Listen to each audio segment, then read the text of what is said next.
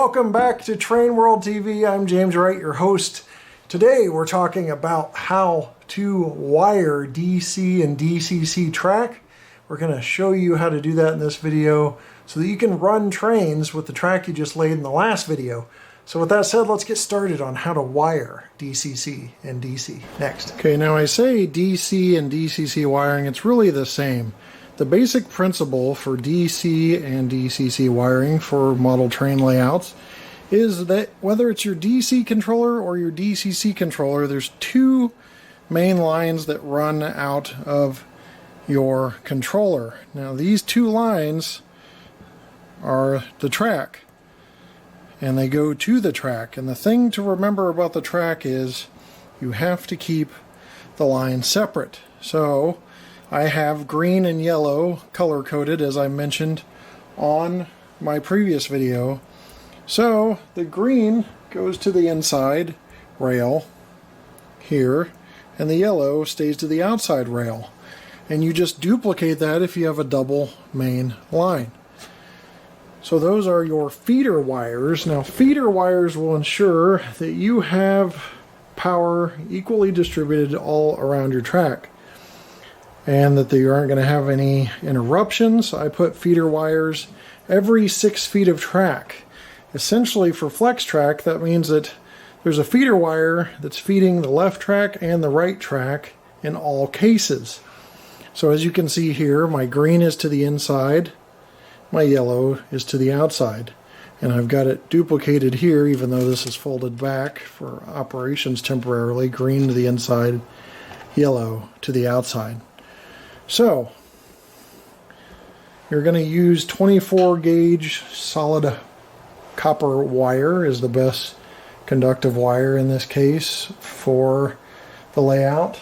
As I believe I mentioned in my previous video, for track, you can either buy these pre-wired up, or you can make your own by soldering those wires to rail joiners. These are Atlas Code 83 rail joiners. You can pick those up on TrainWorld.com. Now, you're also going to need these. These are barrier strips, and there's a lot of different varieties of these. Insulated barrier strips, you've got several different posts, 2, 4, 6, 8, etc.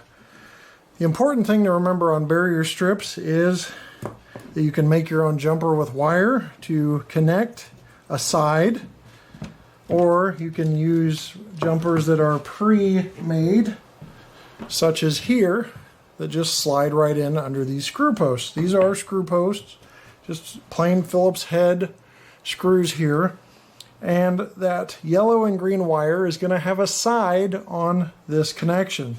So you'll choose one side will be green and the other side will be yellow. And you're going to keep that the same all under your layout. I'm going to show you a diagram that helps you visualize this. And it may have different colors because it's older, but I'm going to show this to you so you can see exactly what it should look like under the layout. Now this diagram is as if you're under the layout looking up at the table, because these are going to be mounted under the table. So you're going to keep those rail separations all the way around, but we're getting a little ahead of ourselves. You want to drop your feeder wires down through the layout, and so you have access to hook these up to these connections. So we talked about feeders, and that delivers electricity to the track, or DC in that case, or DCC in the case of a DCC command system. But we need to talk about what's going to deliver the power all around the track, and that is this bus wire. Now this is 12 gauge solid copper wire. Honestly, if I could do this again, I believe I might do 14, because this barely fits in some of the connections. So you can do 12 to 14 gauge wire for your bus wires for robust layout. And what all this does in terms of gauge is help you have the ability to run more locomotives. However, if you get to a certain amount of locomotives, you're going to want to get a booster, which is a whole different video we'll get into later. Now, this wire is going to be the bus wire, and they call it the bus wire because, like a bus station, this wire is going all around the layout. It's like a bus route, like a road that the bus permanently travels, kind of like a trolley or something. But this would be two different colors again.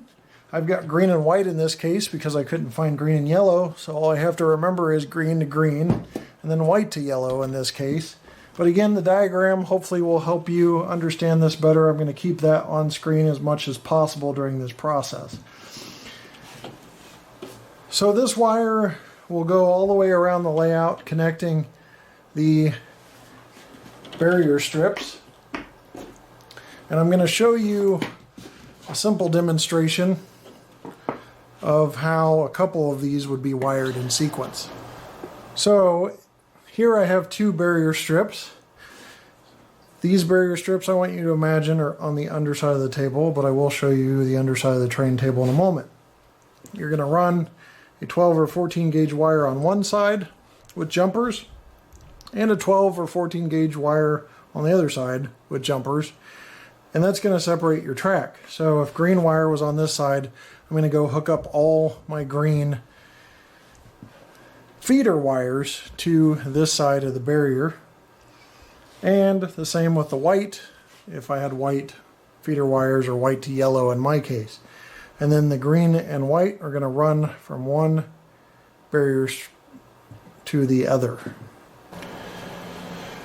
So I have circuit breaker protection, which we'll get into another video, but as you can see, there's a green and yellow wire running out of my NCE system here, which that is also NCE products are available on TrainWorld.com. It's a good DCC system. And as you can see under here, I've got my green and white bus wire running basically from terminal to terminal. Now once you get to a terminal, which is a little hard to see, you see the connection. That's the end. That green and white wire would continue as I continue to wire my layout. But as you can see, the green and white are separated. The green is on one side with jumpers, and the white is hooked up with the yellow on the other side with jumpers. Those thin wires being my feeders, and the big thicker wires, the green and white, being the bus. I'm keeping this in the video on purpose to show you the ceiling here and show you that this is going under the layout. This is a completely hooked up barrier strip. You've got the green and white bus going from one end and then continuing on and getting hooked up separately to the other, and the yellow and green hooked up with the jumpers. All a jumper is connecting one side to that existing side. You don't want to connect the two. The idea is to keep the two rails completely separate. And because there's two rails already hooked up and you have the color coding system, it's pretty simple to hook those up. Just follow your color code. One more look at this on my drop bridge so you can see it really closely. Now I don't have the green and yellow, the green and white bus line completely even here. I've got it offset, and it doesn't really matter. It matters where your jumpers are and what those are doing, because we have a little larger terminal that we needed, our barrier strip, so we just used it a little differently. My OCD kind of kicks in on that, but your jumpers are connecting sides and your bus line is fed in right like this. And these barrier strips, you just open up a screw and it clamps down in between two plates when you screw it back down. But as you can see, yellow's on one side and it's jumped to this, and these plates are connected under this area here. They're separated this way, but not this way. So I can put the jumper here, and that can conduct power from my bus to my feeder lines here. Same goes for here. I can have the jumper over here, and it can still conduct power over to the feeder lines. So hopefully that's clear, but again, the diagram should help you, and we'll go over the diagram a little bit here before we wrap up. So looking at the first diagram here, you see at the bottom of your screen that the two colors are different than what we used on my layout here, but we're using blue and orange in this case. The inner rail you're going to want to keep as one of the posts on your DCC system at all times, and the outer rail is going to be another post. So in this case, the inner rail is blue and it goes to the right post, and the outer rail is orange and goes to the left post. Now if you have a really simple layout, very small, you just need one connection. You don't need all this wiring, but this is a series on a more complicated layout, so I wanted to be sure to show you that. The pink is barrier strip jumpers, and you can see that those are just helping power go to that side of the barrier strip. The 6 posts on each end of the barrier strip go to the rails, and that is not really shown here because this is more bus centric, but it shows you that this is how your bus is wired. Now this second picture shows the entire DCC system and how it's to be wired. You've got connections, the orange again going to the left post, staying on the outer rail, blue going to the inner rail and staying on the right post. And it just shows you how that would work. Now, this is a view upside down, but still showing you the track. So this is like if the table were clear and you saw the bottom of your track with the feeders. Basically, to summarize, just remember a couple basic rules.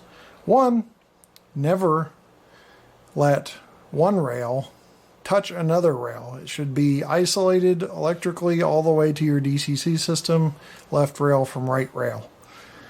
2, make sure you color code these rails, your outer rail and inner rail, because it can get confusing as you work your way around the layout. An outer rail may not look like an outer rail if there's lots of yard tracks, or depending on where it's at on your layout. So make sure as you're laying your track, you're putting those rail joiners color coded with the outer rail one color and the inner rail another color.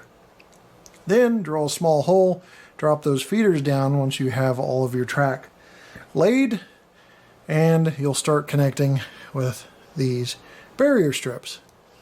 And the bus wire you'll want color coded as well, and when you do that, it's very easy. And you can always start from the DCC system and work your way out, or vice versa. But at the end of the day, if you keep your color coding true, you should be fine, and you'll be able to hook this up without any problems.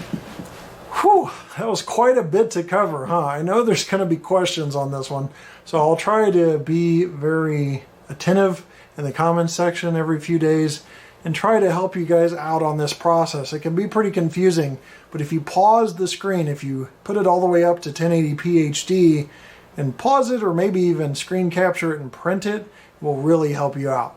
Again, the key name of the game here, whether it's DC or DCC, is to keep the rails separate all the way until you get to your system.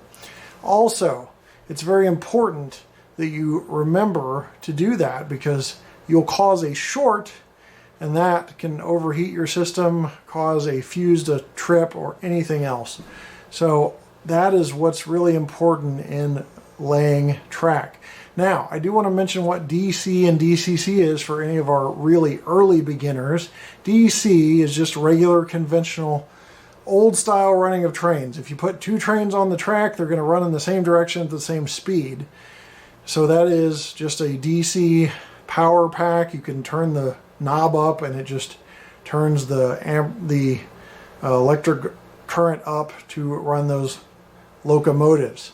Now, DCC is digital command and control. It's got a little computer chip in each locomotive you buy that's DCC equipped, and that allows them to run in different directions, different speeds. You can program different addresses, so there's different locomotives, like you've got locomotive number 9000 and number 9005, you can label those as that in the system, and then you can run 9000 faster than 9005 on another track or a different direction, etc. It opens up a whole different world of model railroading, so I would highly encourage you to check out DCC and read up all about it. Stuff we don't have time to cover in this video. There's a lot of great information out there on the internet about DCC. So with that said, you can buy DC power packs or DCC power packs and command and control systems at TrainWorld.com, so be sure to check them out if you're looking for a new system and building your layout. And you can get the Atlas track and a lot of the things, rail joiners we saw in this video, so you can do that right there on their website. With that said, thanks for watching, guys, and we'll see you next time right here on TrainWorld TV. Take care.